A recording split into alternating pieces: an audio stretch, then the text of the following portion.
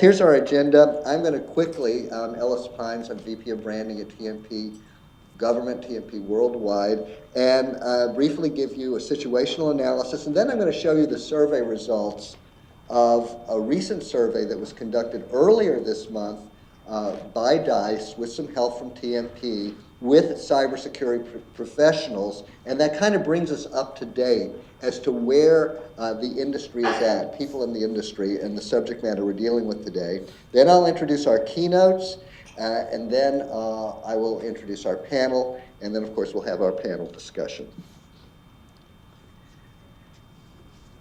Our theme, bridging a critical workforce gap. Here are a few points.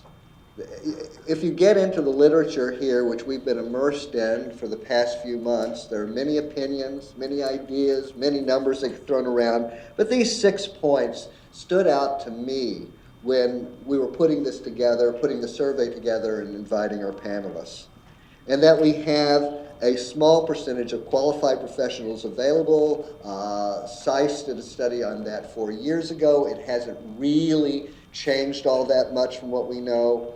Right now, poaching experienced people, passive candidates, has been the way of choice to try to staff, and we have to deal with whether that is as valuable as building an overall pool of cybersecurity professionals.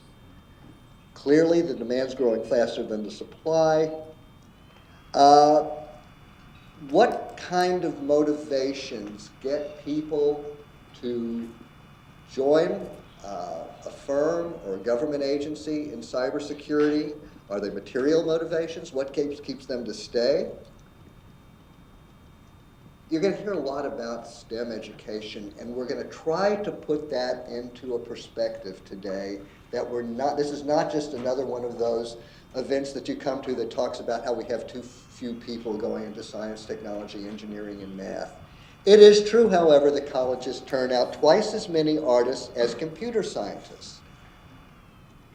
That may not be an altogether bad thing, and that's going to be one of the surprises that we're going to have today when we get to our keynoters and our panels, that there may be cybersecurity professionals lurking in the most unlikely majors. And then finally, a study that's done by the Partnership of Public Service, with whom we have a lot of contact, says that only 40% of federal managers are satisfied with the qualifications of the people that they are getting. So I picked out this quote. There are many quotes I could have picked out, but I like this one. This came from National Journal 10 months ago. Brian Fung, who writes for the Washington Post as well as National Journal, says, "At the pace we're training, our digital soldiers, government, and the private sector won't be working together to secure the country. They will be too busy fighting each other for what little manpower is coming out of the university system." Now that's a pretty strong statement. And so today we're going to look at, well, this is not a problem that's necessarily going to be solved by all of the traditional ways that people have looked at it. So let's take a look at the survey. 126 professionals, cybersecurity professionals, evenly divided pretty much between government and the private sector.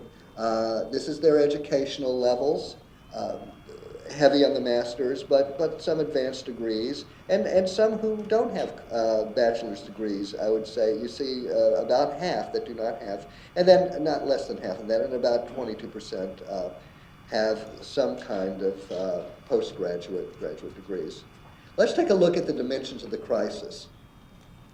44% agree that the shortage is leading to unprecedented wide-scale network disruption in America.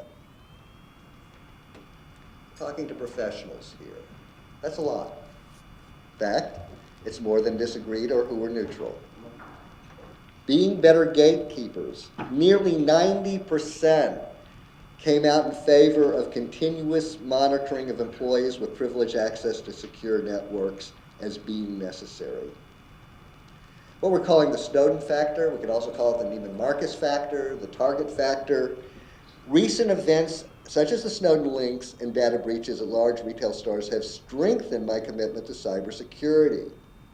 3/4 agreed with that. Now, that's an interesting statement because I'm going to show you something that almost seems to contradict that. And that is, before I get to that, is how many years is the whole issue of will you hire entry-level people? Now, this gets back to our poaching thing.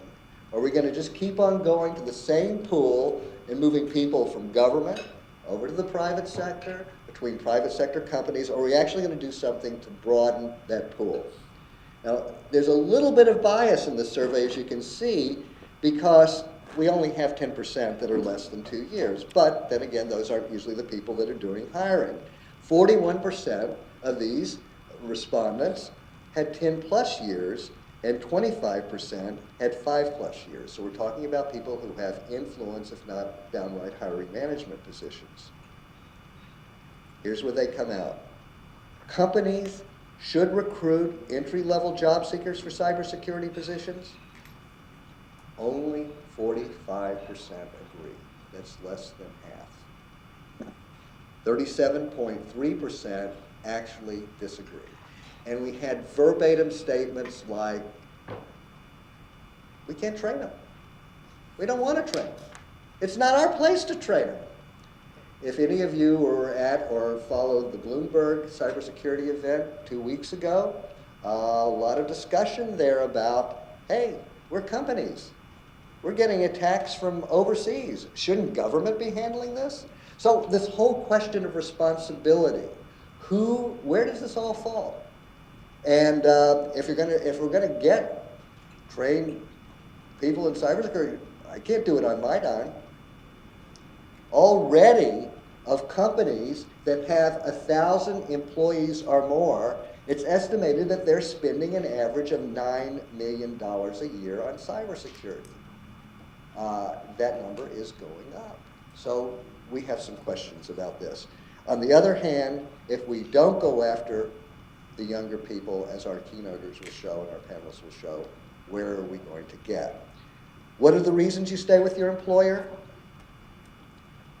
Now, they're showing an increased commitment because of the cyber attacks that we're under, and yet it's material benefits. I tell you, as a branding person, this is sort of dismaying to me, because I go around telling our clients, and if you've looked at some of the other recent surveys that corroborate that, like the Semper Secure survey that was done here in Virginia, it's a bigger sample than this, talk about service to the country, meaning in life.